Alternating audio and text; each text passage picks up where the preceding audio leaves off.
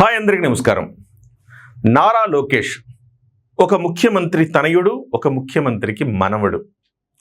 So ఒక రకంగా చెప్పాలంటే జన్మతః ఒక ముఖ్యమంత్రి ఇళ్లలో పెరిగిన వ్యక్తి.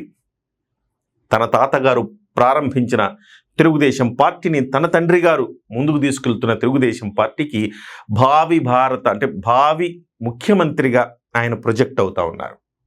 ఈ క్రమంలో చాలా సందేహాలు. నారా లోకేష్ గారు నిజంగా ముఖ్యమంత్రి మెటీరియలేనా? లోకేష్ గారికి నిజంగా రాజకీయ నాయకుడికి ఉండాల్సిన లక్షణాలు ఉన్నాయా? చాలామంది ఆయన్ని 2019 నుంచి 2024 మధ్యకాలంలో ఎమ్మెల్సీకి దొంగచాటుకి ఎమ్మెల్సీ చేసేసి ప్రజల నుంచి రాకుండా ఆయనకి మంత్రి పదవి కట్టబెట్టేశారన్న విమర్శలు ఎదుర్కొన్నారు. 2019లో మంగళగిరి నియోజకవర్గం నుంచి పోటీ చేస్తే ఓడిపోయారు.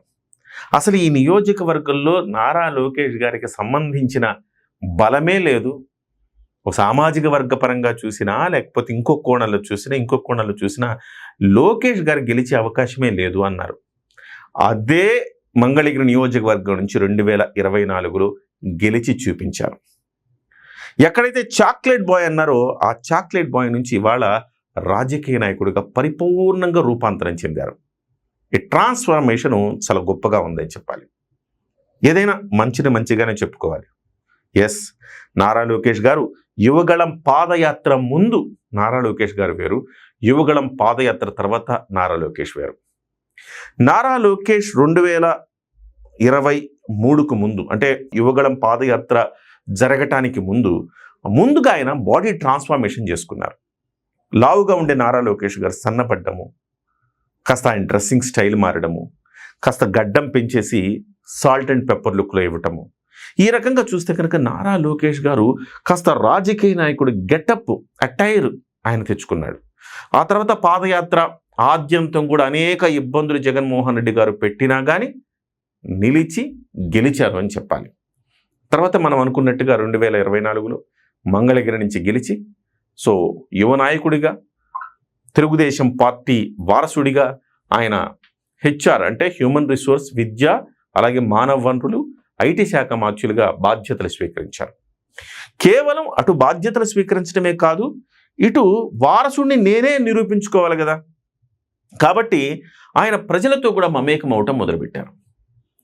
ముఖ్యంగా మంగళవారం నాడు 70వ ప్రజా దర్బార్ మంగళగిరి పార్టీ ఆఫీసులో జరిగింది. దాదాపుగా 4 నుంచి 5 వేల మంది వచ్చారు.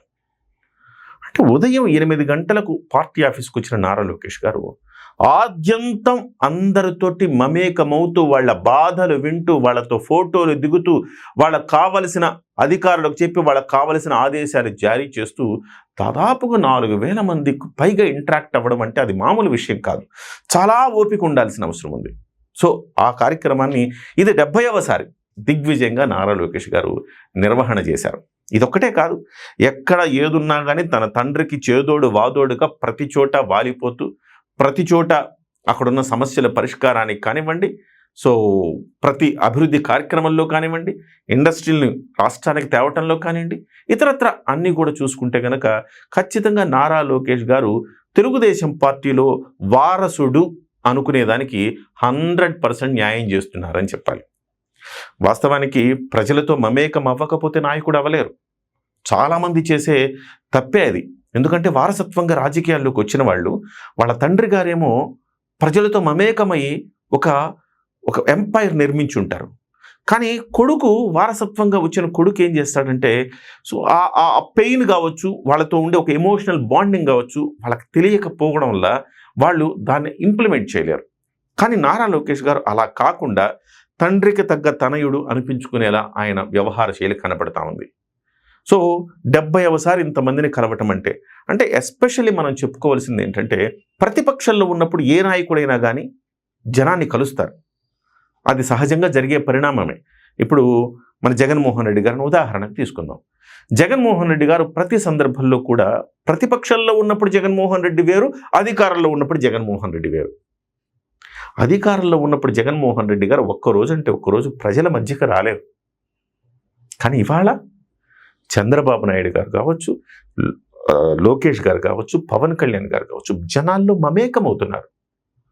చివరికి పవన్ కళ్యాణ్ గారు అయితే తన బిడ్డకు ప్రమాదం జరిగిందని తెలిసిన రోజు కూడా మన్యం గ్రామంలో వాళ్ళ ప్రజలకు మాట ఇచ్చాను వెళ్ళాలి అని చెప్పి, చివరికి వాళ్ళకి చెప్పులు లేవన్న దాన్ని చెప్పులు కొనిచ్చారు.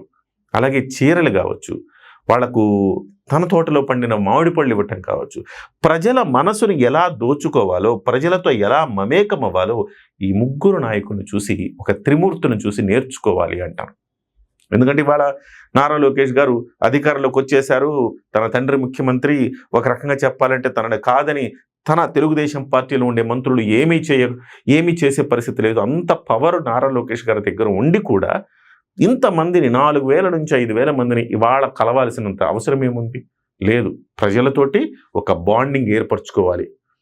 సో నిజంగా చెప్పాలి అంటే నారా లోకేష్ గారికి చరిష్మా లేదు. ఒక పవన్ కళ్యాణ్ గారికి ఉన్నట్టు, లేకపోతే ఇంకా కోర్స్ పవన్ కళ్యాణ్ గారికి ఉన్న చరిష్మా ఎవరికి లేదనుకోండి, అది వేరే విషయం.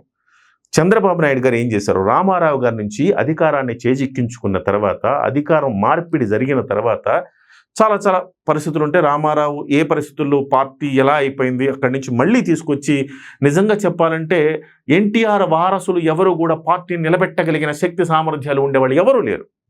అలాంటి స్థితిలో చంద్రబాబు నాయుడు గారు పార్టీని తీసుకొని నిలబెట్టాడు. కానీ రామారావు గారికి ఉన్న చరిష్మా చంద్రబాబు గారికి లేదు.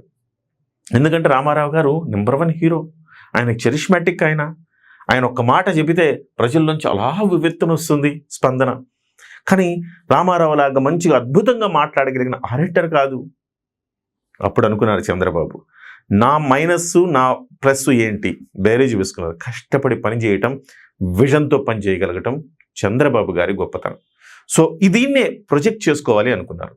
వెంటనే ప్రజల వద్దకు పాలన అని పెట్టారు. అక్కడి నుంచి మొదలు పెడితే చంద్రబాబు నాయుడు గారు ప్రజల్లో చొచ్చుకుపోయిన తీరు అంటే, రామారావుని మైమరిపించాలంటే సాధ్యం కాదు కదా, అంత చరిష్మాటిక్ లీడర్ కదా. సో దాన్ని వేరే రూపంలోకి తీసుకొచ్చి దాన్ని తన ప్లస్ని ప్రొజెక్ట్ చేసుకుని చూపించారు. అలాగే నారా లోకేష్ గారు కూడా చరిష్మాటిక్ కాదు. ఆయన కూడా ఏం సినిమాల్లో లేరు, లేకపోతే ఇంతకుముందు నుంచి రాజకీయాల్లో నలిగిన వ్యక్తి ఏం కాదు కదా, కొత్తగా వచ్చారు యువ నాయకుడు.